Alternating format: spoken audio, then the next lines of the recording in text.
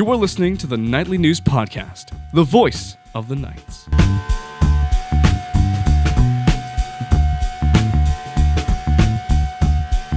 Welcome, everybody, to the Nightly News Podcast. This is Professor Paul Miller, and I am so honored to be joined by a podcast, someone on their first podcast ever, Dr. Nicole Patterson. She is the program director of our physical therapy assistant program. Dr. Patterson, welcome to the Nightly News Podcast. Thank you. Well, we are so honored to have you, and part of the reason that you are here today is, number one, you've never been on the show, so that's correct. That's terrible that we've been on for 10 years and we've never had you on the show. Now, we have had people from the PTA program. I know Taylor has been on before, so it's not like it's the first time we've ever talked about this. So one of the impetus, if you will, for having you on today is a couple of reasons. Number one, over the last few terms, Nightly News Vice President Jules Quare has been chronicling some of our health science programs. One of the things in our annual discussion about the Nightly News is that we wanted to sort of amp up the coverage, I suppose, of our medical programs here. And of course, PTA is one of those. So Jules has been working on a really awesome story that should be coming out to the Nightly News very soon. Also, Melanie Rutt, one of our Nightly News reporters, actually did a really cool article that came out on January 26th about a specific Professor Lenz's class where you had somebody in to talk about robotics.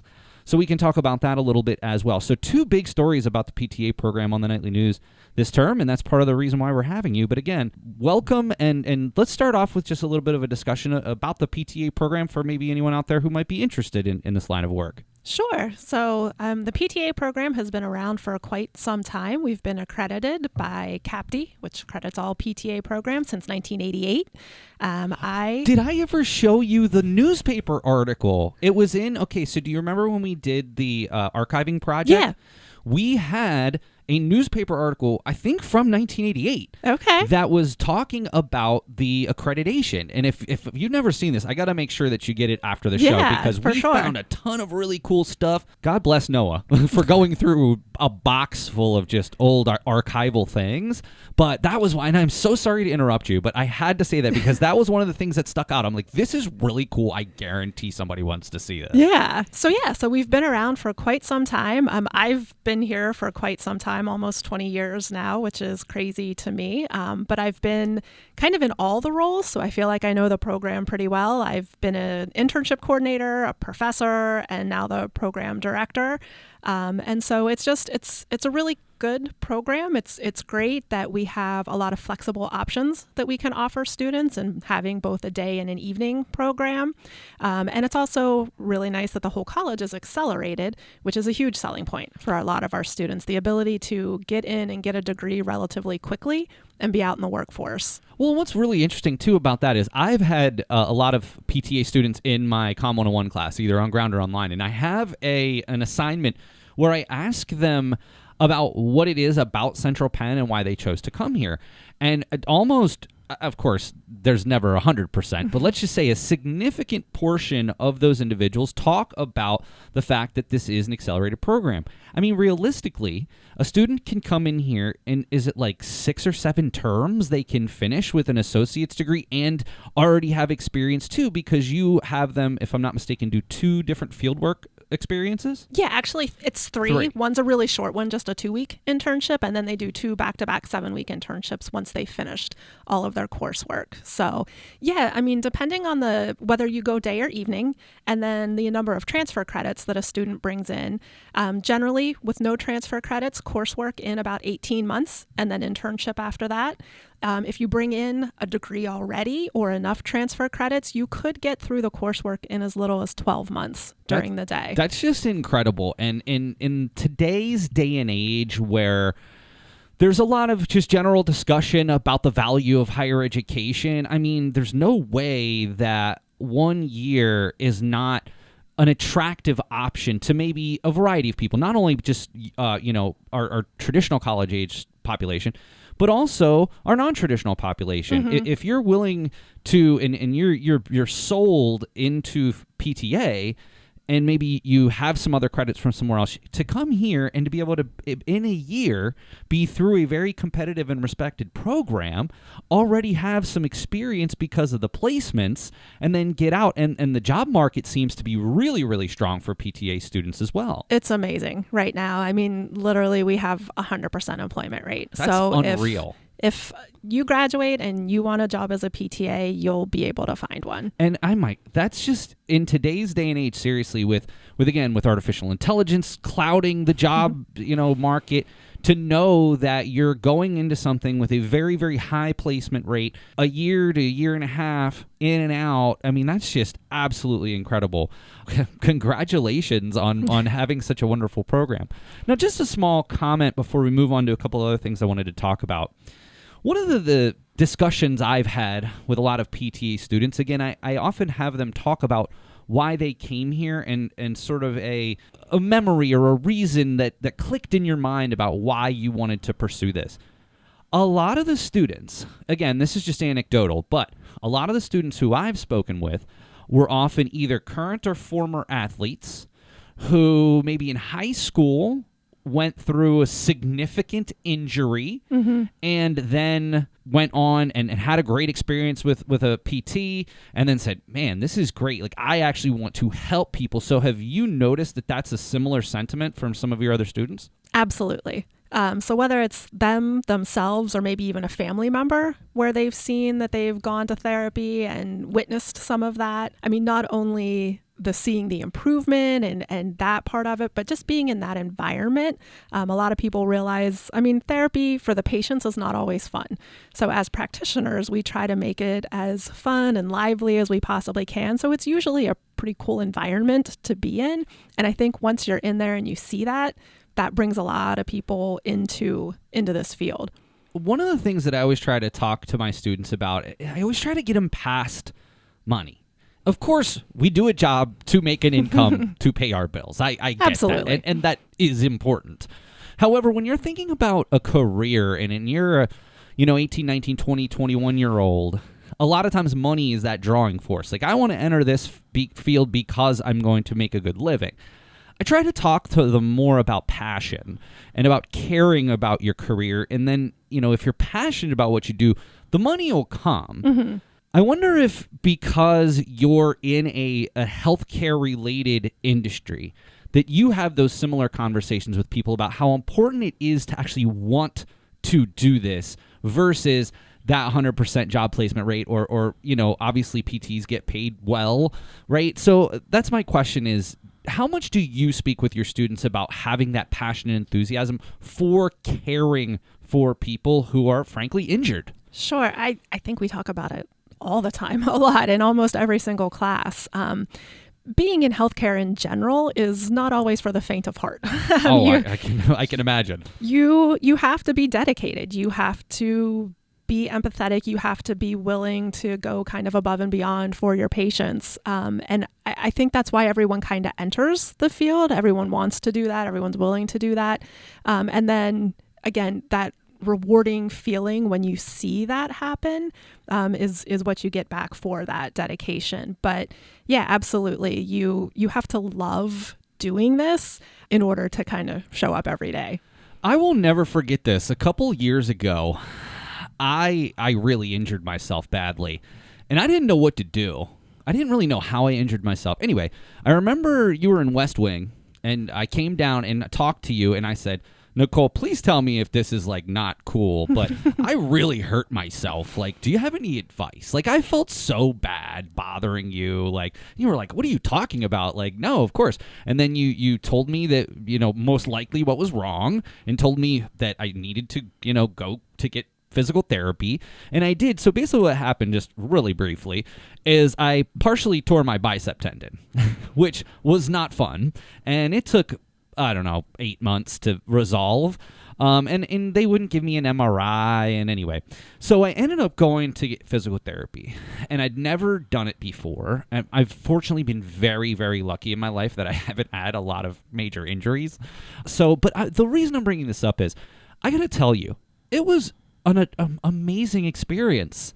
I was not expecting it to go the way that it went. But one of the keys was my physical therapist was so compassionate and caring about not only what I had done, but also setting me up for success. So yes, of course, I was doing like 1, maybe 2 a week, and he just constantly was helping me try to find exercises I could do at home, because as I learned, you can't just go to your PT appointments and hope that everything's going to resolve itself. Sure. You need to work on your own to work through some of these exercises. So share with me that comment about not only just what it's like working together, but how important it is for you to kind of teach the person what things that they need to be doing on their own. Absolutely. And for a variety of reasons, we often can't see patients as often as we would, or it's kind of like taking a college class, right? You can't just come to class, sit there, and then not do any work afterwards and expect to be successful. So coming to PT sessions is very similar. PTs, PTAs, they're going to be the educators. They have to teach patients what's going on and what they need to do in order to get better. And that does put some of the onus on the patient as well to be a participant in their recovery and to do things outside of that 1 to maybe 3 hours a week if we're lucky that we get to see them. With all the changes in insurance lately, it's hard for patients to come multiple times a week. Even if everything's covered, they probably have co-pays and things like that, which are going to be expensive. So that's part of it too, is recognizing that and being able to work with the patient within their means, knowing how often you're able to see them, and then giving them kind of work to do outside of that if you can't see them as much as you would hope to. I would just say it just goes to illustrate why our PTA students are some of our best students on campus. Number one, Thank you. They have to get through very, very tough upfront courses. A&P, notoriously one of the hardest classes on campus. They also have to be have passion for their field and be compassionate to the patients who they're waiting on or working with, I suppose you would say. And then they also have to be able to teach the person not only just, hey, do this, but help them through learning how to do it on their own time. So you're talking about much beyond just aptitude here. It's talking about compassion. It's talking about being able to teach people something that's going to genuinely help them, and also still having a passion for that industry as well. So, I mean, you're talking about a wide variety and array of different qualities that a PTA student's going to need to be successful in this industry. Would you agree? Yeah, absolutely. Absolutely. And it takes a certain kind of person to be successful through all of that. I think generally speaking in healthcare that's the case Absolutely. as well, right? Yeah. Well, I wanted to talk about a couple of really awesome things that we were talking about before the show. First of all, I want to direct everyone's attention to an article that Melanie Rutt posted, again, back in January, called Robotics in Prosthetics.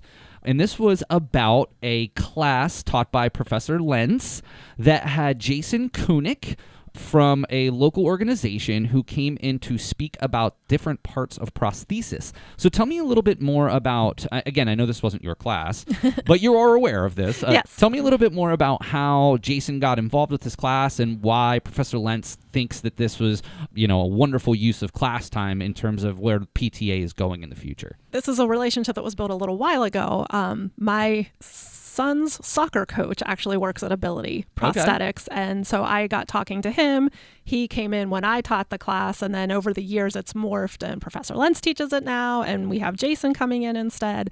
But the whole idea is it's in that class where we talk about amputee management, and that's certainly a population that we treat in physical therapy. It's a little bit difficult to do that. We always practice on each other.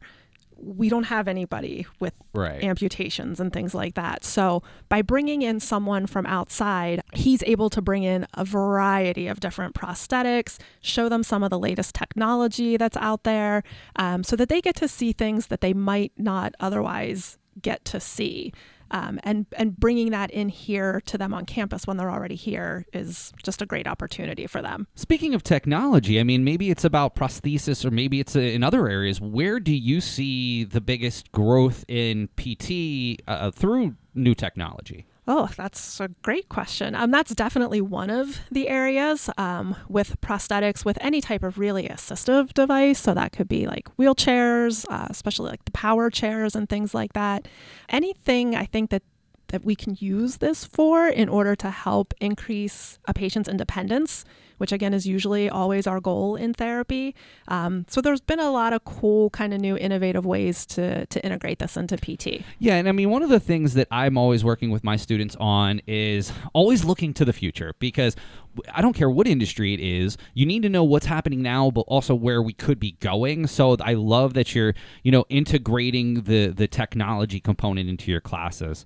Well, there's a couple of things that I definitely want to talk about with you while we still have some time. First of all, something that anybody who's been around campus for any length of time has, I'm sure, seen, is something that is in not only you used to do, but also Professor Lenz also does in the PTA procedures class, where students will spend time using an assisted device, not only checking out how it is to navigate campus, but also how it is to navigate a day in the life, if you will, of someone who needs assistive devices. So tell me about some of that. How did it come to be here on campus, and what benefits do you see the students taking away from this exercise? Yeah, this project has kind of been around forever. It was actually something that I did when I was in PT school. I think a lot of programs do something similar to this. But basically, we want students, again, to be passionate about what they're doing, empathetic to their patients. And so there's really no better way to do that than to try to spend a day in the life of. So again, it's difficult to truly kind of take on a disability or anything like that, but we do have our students spend, should be like 24 hours, a full day, having to use an assistive device. So not only here on campus, but in their homes, at their workplace, perhaps. We do let them choose the day, so they usually try to choose one that's a little more convenient for them. But they at least start to get a little bit more appreciation of some of the limitations that their future patients are going to experience. And so, again, they can have a conversation with them. Well, like, oh, yeah, I had something similar to that. Or I understand that this can be really, really challenging. So, again, it's only a day, but I think a lot of students come away from that with a much greater appreciation for some of the patients that they're going to see who are dealing with things for weeks at a time, or months, or even a lifetime. So, and I guarantee one of the things I like most about this is that they are unbelievably visible around campus. Whether it's just kind of going to see the plight of somebody that's in an assisted device around our campus, of which is generally speaking very friendly.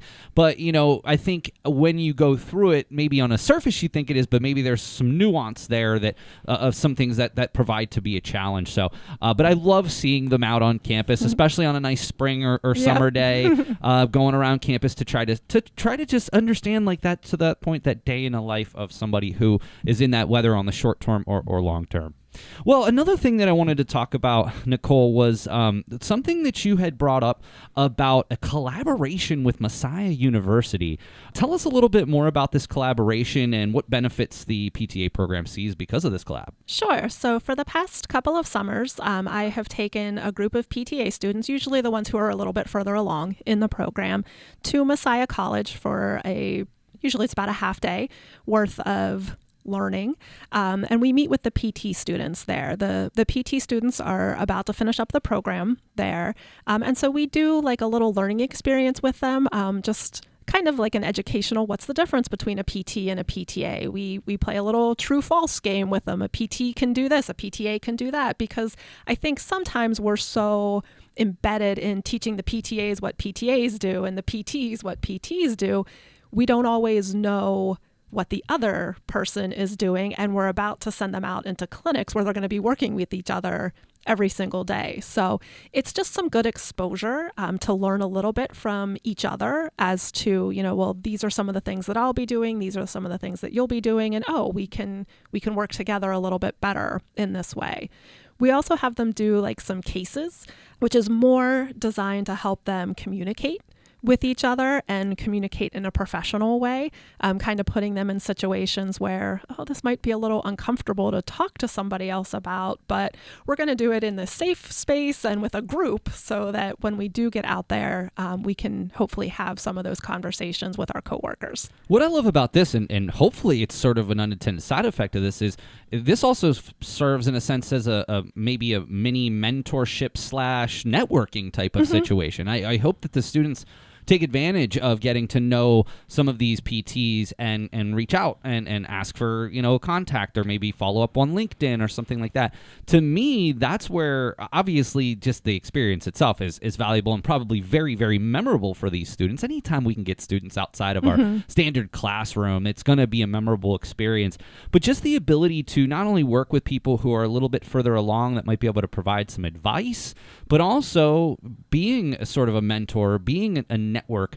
This is one of the things I talk about in my class all the time. Like, part of being in college is not just getting a grade and, getting a degree. Of course, the major part, but it's also developing a network. It's also having people who you can reach out to for career advice, job openings, or even just somebody else in the industry that might be able to share important knowledge about what's going on in that industry. So I really appreciate that you are forward thinking in that respect. You're also trying to reach out to other local schools and trying to develop other partnerships there that you can continue to do these types of things. So I think that that's really, really awesome that you've been able to collab with. And again, Messiah is very well known for their program. On their end, it might be to the point where somebody might go from a PTA program here maybe on to Messiah. So it seems to be a win-win to me, right? Yeah, absolutely. Well, the last thing I wanted to talk about here with you was also another collab, but an internal collab that you do with our occupational therapy assistants. You have them do sort of like a case study where they would work together with an OTA, both the PTA and OTAs working together in a way to treat a patient collaboratively. So tell me a little bit more about that. Yeah, so it's usually in the last term for both of the groups of students, or at least close to the end for both groups of students. And we just divide all of the students up so that we have a fairly equal number of PTAs and OTAs working together. They usually maybe get to meet once ahead of time, but then they go over again, kind of like, here's what we do, so that there's a basic understanding there. And then on the day of the project, they are given a patient, and then basically like the PTAs will attack it from the PTA standpoint, the OTAs will attack it from the OTA standpoint, but the point of the project is to find ways that they can both reach their goals while working together. So maybe the PTAs will help the patient stand and balance at the sink while the OTAs help them prepare their toothbrush and brush their teeth. So just different things like that, but just finding ways to sort of accomplish patient goals while working together within our disciplines. The clear advantage to me is, number one, it's obvious that you're doing a wide array of experiential learning tactics. Number two, you're really helping to prepare the PTAs to collaborate with others. And obviously, in a healthcare situation, collaboration is of utmost importance. So you are teaching what they need to know in terms of, knowledge-wise, but you're also teaching positive interpersonal communication, teamwork, and collaboration, which I think is going to serve them very well in their future roles. So it just goes to show you that when you're thinking about what a PTA program encompasses, it's not just about the knowledge that they need, it's also the soft skills that they need too. And I think that absolutely should be commended. So, well, thank you. I love this. This is so cool, and I'm honestly so glad that we got to have you on, Dr. Patterson. I just want to, if you have, a quick elevator pitch about why a potential student would come here and take PTA, I'd love to hear it. Again, it's a great program. It's well established. There's a lot of flexibility. It's taught purely by PTs and PTAs themselves, so we all have real world experience that we bring into the classroom. And again, they're generally fairly small classes. We get to know everybody pretty well. It's a really kind of close-knit family environment. So yeah, absolutely. Well, I will put your email alongside this, and if anybody out there has any questions about our PTA program, you can reach out to Nicole, and I'm sure she would be happy to speak with you in more detail about the program. Of course. But otherwise, Dr. Patterson, again, not only can listeners out there check out the article on robotics on our website from Melanie Rutt, we also have an article coming up from Jules Quare a bit more about your program as well. So we would also refer everybody out there to read those articles. But Dr. Dr. Patterson, thank you so much for shedding some light on all the wonderful things that you're doing here with our PTA program, and I just wish you continued success in the program and moving forward. Thank you very much, and thanks for having me. Oh, it's my pleasure. Well, that's going to do it for this episode of the Nightly News Podcast. I want to thank Dr. Nicole Patterson, the program director of the PTA program, for joining us today. Dr. Patterson, again, we'll have to have you back again here in the future to talk about all the great things you're doing. Anytime. All right. Well, that's going to do it for this episode of the Nightly News Podcast. We'll see you again next time.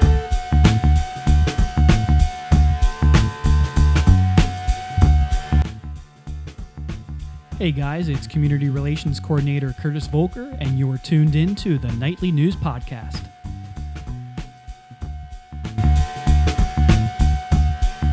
This is Nightly News Correspondent Noah Lopez with the Winter 2026 episode of the Nightly News Brief. This news podcast features audio versions of stories from our student reporters. Articles by Noah Lopez, Jules Quare, Paul Miller, and Alex Foley are featured in today's episode. Students, faculty, staff, and guests gathered on Thursday in Central Penn College Conference Center recently for the college's annual Black History Month luncheon, an event centered on celebration, remembrance, and community. Abby Bresky, Central Penn Student Engagement Coordinator, said Black History Month luncheon is a luncheon to celebrate, commemorate, and recognize the contributions and the history of Black Americans to our nation. This year's celebration placed emphasis on student voice. Black Student Union President Ashawn Harris played a key role in shaping the event. Bresky explained, students also received annually bestowed leadership awards presented at the banquet by Associate Vice President of Student Services Erica Wilkinson. One example of that leadership was the inclusion of a church praise team performance, an appearance that Harris coordinated. The event also featured a keynote address from Joseph Robinson, who recently served as Executive Director of the South Central Pennsylvania Sickle Cell Council. Robinson has worked to raise awareness and resources for individuals affected by sickle cell disease and is president of the Martin Luther King Jr. Leadership Development Institute. He is also a member of the Central Penn College Board of Directors. Harris opened the program by thanking attendees and by framing the luncheon as a shared celebration of Black history and its impact. Harris then invited Reginald Bass to offer a prayer before Harris introduced the young adult praise team of the Greater Zion Missionary Baptist Church, a congregation of which Harris noted he is a member, to perform for the gathering of about 140 people. Bass is on staff at Greater Zion. Robinson, who earned a bachelor's degree in English from the University of Virginia and received an honorary doctor of humane letters for community service from Central Penn in 2016, opened his address by thanking the praise team and saying it had turned the conference center ballroom into a, quote, chapel. He also reflected on the meaning of the Lift Every Voice and Sing, explaining the history of the song long recognized, the Black National Anthem, and why it still matters to many people. Robinson titled his speech Black History Month, Why Bother?, and used personal stories and historical examples to explain his message. He compared the question to weighing himself each morning while expecting change without having done anything different to change the number, and then connected that idea to why it matters to remember, protect, and teach history. Robinson said, quote, the one holding the pen gets to write the story, end quote, later emphasizing how perspective can shape what people learn and what gets left out. Robinson pointed out to the origins of Negro History Week, started by African-American historian Carter G. Woodson in 1926, and explained that Woodson's goal was not to separate history, but to make sure Black Americans were recognized as contributors within it. Robinson also highlighted a wide range of cultural and scientific contributions by Black Americans, tying those examples to his larger point that truth, remembrance, and understanding matter. Students from several business and communication classes at Central Penn College got treated to a unique experience on Wednesday, as Members First Federal Credit Union welcomed them to their first ever Job Shadow Day at their corporate offices in Enola. A variety of classes attended the event. Students from the following classes got to partake in this opportunity: Professor Mike DeVecchio's Principles of Marketing Consumer Behavior classes, Dr. Michael Bouchard's Organizational Behavior class, Dr. Paul Miller's Media and Politics class. The event, which had been in the planning stages for over a year, started with an introduction from Director of the Center for Career Services and Development, Steve Hassinger, with Miller and HR manager from Members First John Schaff in late 2024. Members had been trying to develop a shadow program for local colleges, and, after a series of meetings last year, decided to pilot the program with Central Penn College. The event offered students several opportunities. First, employees from all areas of the Members First team gave brief presentations on what a day in the life of their position looked like. Secondly, each person explained their background, how they proceeded into their roles, and offered advice for aspiring college students. In total, 33 students, 2 faculty, and 2 staff members attended the event, along with around 24 Members First employees. Schaff served as the host for the day and offered introductions for each member and facilitated a question and answer session after each presenter. Employees from the following areas of Members First participated in the shadow event: lending, marketing, operations, retail and customer service, relationship management, wealth management, IT, fraud and risk, and finance. There were a variety of themes that presented themselves during the event. First, each area stressed the importance of collaboration. Not one department spoke of their daily activities without discussing the necessity of teamwork, often sharing their interactions with members of other departments. Secondly, employees of most departments shared their use of artificial intelligence, illustrating to the audience that AI use must be highly considered when dealing with customers' sensitive information. While some departments were able to use AI as part of their workflow, several speakers shared how AI was being used to augment and enhance their skills, not to replace jobs. A final theme that was evident was the pride that these individuals had for their jobs, most notably discussing the role that Members First plays in helping their community through mortgages, car loans, providing capital to small businesses, and other financial services. After the sessions concluded, the students were treated to lunch provided by Central Penn College and Members First. After the lunch session concluded, those from the Members First team who had presented during the shadowing experience made themselves available to speak with students about their career goals and offered advice for the attendees to consider going forward.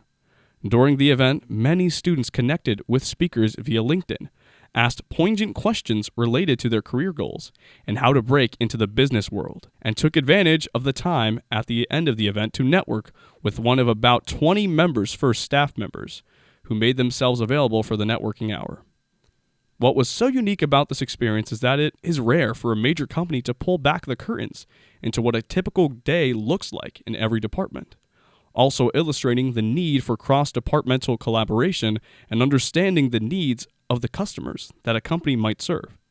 After the event, Hassinger noted, quote, "The Shadow Day was a great way for students to learn about the wide range of career opportunities available with Members First.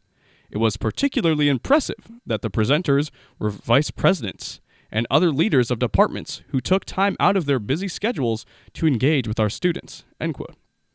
After the event concluded, discussions had already begun about the next Members First Job Shadow Day, as Schaff shared that his team not only looks forward to doing something like this again in the future, but also potentially opening the experience up to other schools in the central Pennsylvania region. In summary, this event was clearly beneficial to the students of Central Penn College, as they were able to meet industry professionals, receive advice from them about their daily tasks, hear more in how to enter into and progress through these career paths, and network with these influential leaders. Central Penn College would like to thank Members First Federal Credit Union for their gracious hospitality and looks forward to future events like this down the line. Since arriving at Central Penn College in the fall of 2021, Abby Bresky has learned and experienced personal growth and has slowly become more comfortable using her own voice. Her time on campus was not defined by a straight line or a single goal. Instead, it was shaped by change, reflection, and the willingness to keep going even when the path ahead felt unclear. That journey eventually led her to become one of the most influential and successful members of the Nightly News Media Club, and, last year, an inductee into the club's Hall of Fame. Bresky's story didn't begin at Central Penn. After graduating from high school, Bresky started college at Harrisburg Area Community College as an early education major, thinking that teaching might be her future. Over time, she shifted into accounting, something she felt confident would offer her structure and clear answers. Bresky said, quote, "I thought accounting was the safe choice. I wanted to do something that kind of had an answer to it." End quote. Still, something felt missing. She eventually stepped away from school, working at a preschool and giving herself the space to think about what she wanted. What never faded during that time was her love of learning. Education mattered to her, even if she didn't know what form it should take. That curiosity, paired with a slight family connection to Central Penn, led her to apply. To give some context, her grandmother attended the school when it was Central Penn Business School in downtown Harrisburg, and her aunt also studied there. All of these factors led to Bresky applying to and being accepted at Central Penn. When Bresky arrived on campus, she was an accounting major, believing it was the right and responsible choice. That changed after taking an introductory communications course. Through that class, she was introduced to the West Shore Connect program, an initiative of the West Shore School District, in which students who have graduated and who have autism or other disabilities take classes at Central Penn. And suddenly, new doors opened. What started as a communications minor quickly became her major, but more important, it became a space where Bresky could explore creativity, storytelling, and connection. Bresky mentioned, quote, "At first, communications was really intimidating. It was such a wide open field, and I wasn't used to that. It pushed me into the creative side of myself that I didn't always acknowledge." End quote. Bresky, who graduated recently with a bachelor's degree in corporate communications, described herself as being shy at the time, someone who stayed in her own bubble. Getting involved forced her to step outside that comfort zone. Mentoring students, working on projects, and speaking up in group settings slowly changed how she saw herself. Bresky said, quote, "West Shore Connect taught me how to be unapologetically myself and to do things regardless of what other people think." End quote. That growth developed through her work with the Nightly News Media Club. Over time, Bresky became one of the most recognizable members in club history. She served as president for nearly 2 years, appeared on the cover of the Nightly News quarterly publication 5 times, and helped produce one of the most in-depth history features the club has published. She also played a major role in advancing sports coverage through photography and appeared on 14 episodes of the Nightly News podcast. What truly defined Bresky's time with the Nightly News was her love for stories. Today, that same passion guides her work as an academic success coach for athletes and coordinator of student engagement.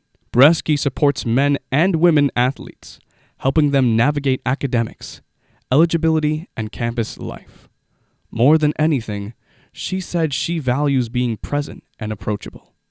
Bresky said, quote, "Talking to people is my favorite part. I love hearing about their experiences and what they're interested in. It helps you grow as a person." End quote. Looking back, Bresky sees her time at Central Penn as a series of lessons that built on one another. Each role taught her something different and helped shape who she is today. Bresky went on to say, quote, "As a student, I learned to be myself and go for things outside my comfort zone. As a leader on campus, I learned how important it is to encourage others. And now, as a staff member, I've learned how much it matters to really be present and connect with people." End quote. More than 4 years after first arriving on campus, Abby Bresky's journey is one of growth, self-discovery, and lasting impact. Even after graduation, her presence is felt across campus and among members of the Nightly News Club. Her history is a reminder that growth does not happen all at once, and that sometimes the most meaningful paths are the ones that take time to find. The first rule of Fight Club is, you don't talk about Fight Club. On the night of February 27th, the CPC film series broke that rule by hosting a screening of Fight Club. Nightly News Media Club president Noah Lopez took the stage to showcase the 1999 cult classic film. However, this was no ordinary screening, as Fight Club marked the 30th edition of the film series event. In a pre-show interview, the commentary that Fight Club provides on the roles of men in modern society and the impact that poor marketing had on the film's success, or lack thereof, during its theatrical release was discussed. Our discussion began with asking Lopez why he chose Fight Club for the night's viewing. He said, quote, "I saw the movie for the first time in October of 2025, and it changed my outlook on the world," end quote. A very strong sentiment about the power of film.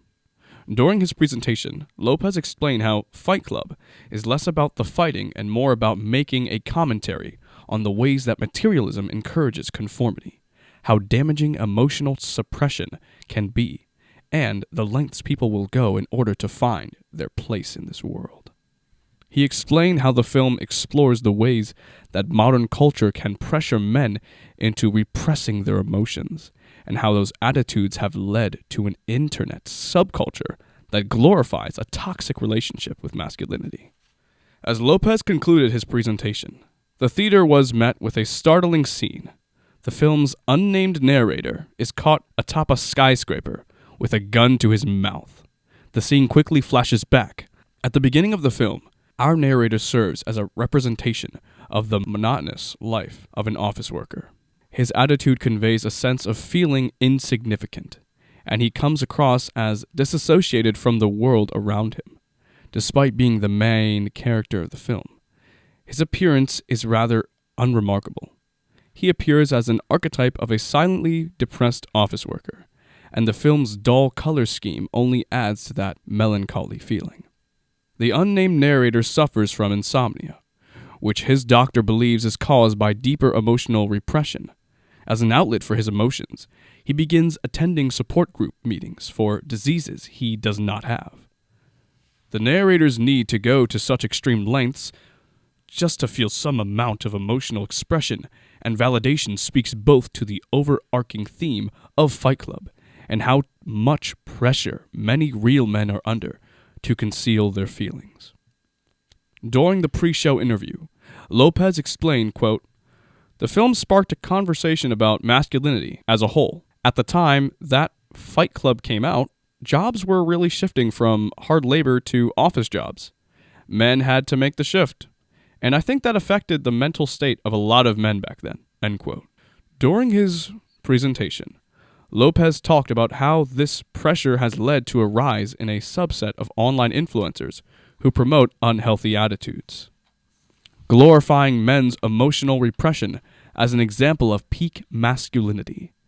These influencers equate emotional stoicism with strength and encourage men, especially young men, to be as traditionally masculine as possible. Lopez explained that this subset of influencers is referred to as alpha males. Although it is now regarded as a cult classic, Fight Club had a rather poor reception at the box office. During his presentation, Lopez attributed this rocky beginning to his mismarketing by the movie studio. Lopez noted, quote, "The film was marketed as a fighting movie. It was marketed at WWF events, but the movie is more of a psychological movie than a fighting movie," end quote. Although the pre-release marketing misrepresented the nature of Fight Club to viewers, Lopez put a positive spin on the situation. Lopez said, quote, "The mismarketing drew in people who were attracted to violent, overly masculine movies, and those were the type of people who needed to see this movie the most," end quote.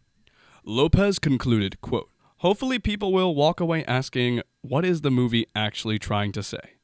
End quote.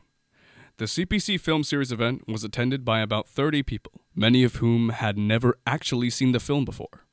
Before the event, Lopez offered an arm wrestling tournament where about 8 students participated. The CPC Film Series will return on May 29th with a special triple feature of alumni-produced short films. Stay tuned for more details. Most people assume physical therapy means only that you are losing mobility, but that isn't always the case. The need for physical therapy can range from injuries to age to disease. Physical therapy may also be needed after medical treatment, such as surgery. Physical therapists participate in patient recovery, and most of the time see patients longer than a physician does. Physical therapist assistants help PTs care for patients in a variety of clinical settings. Central Penn offers an accelerated 18-month associate degree for students to become a PTA. Nicole Patterson, a doctor of physical therapy is the PTA program director at Central Penn. She said she always wanted to be in healthcare. Many of her family members are nurses, but that was not the route she felt was for her. She tried a couple of majors in college and volunteered at a clinic. And while volunteering, Patterson fell in love with the work PTs do, and the satisfaction they showed with their job solidified her interest in physical therapy as a career. Patterson said, quote, "One thing I noticed when volunteering at the PT clinic was how much fun everyone seemed to be having. Even when the patients were hurt or injured, the therapists did their best to make it fun, lighthearted environment. To make it a fun, lighthearted environment. I knew right away that I wanted to work in this field." End quote. Not only did Patterson enjoy working in the healthcare field, she wanted to teach too. When a colleague mentioned a position was available teaching PTA students at Central Penn, Patterson took the opportunity. And she has been happy since then, seeing students train for and journey into their future. Patterson explained, quote, "The PTA program at Central Penn is a challenging program, but we get some of the best students who accept that challenge.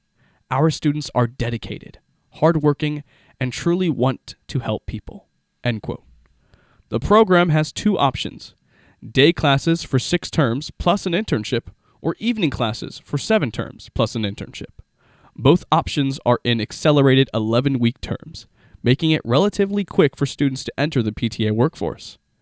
Central Penn has the only PTA program in central Pennsylvania, and according to college statistics, nearly 100% of Central Penn PTA graduates find employment in the field after they graduate. Rosanna Garcia got some insight into inpatient care and started growing an interest in the healthcare field after her mom needed physical therapy. Garcia beamed while describing how the PT made her feel, and that experience inspired her to explore physical therapy as a career. Garcia said she expected to encounter difficult material while studying to be a PTA, but she said she didn't expect the in-depth knowledge she has, and she is grateful for her choice. Garcia feels that her experience at Central Penn has properly prepared her for working in the field, and that she has been supported through her time at the college. The 18-month program caught her eye because she didn't want a long-term school commitment. Melanie Rutt went to India in 2020 on a personal service mission trip. She said that watching children with physical and mental disabilities at a group home of Sarah's Covenant Homes receive physical therapy interested her in being involved in that type of care.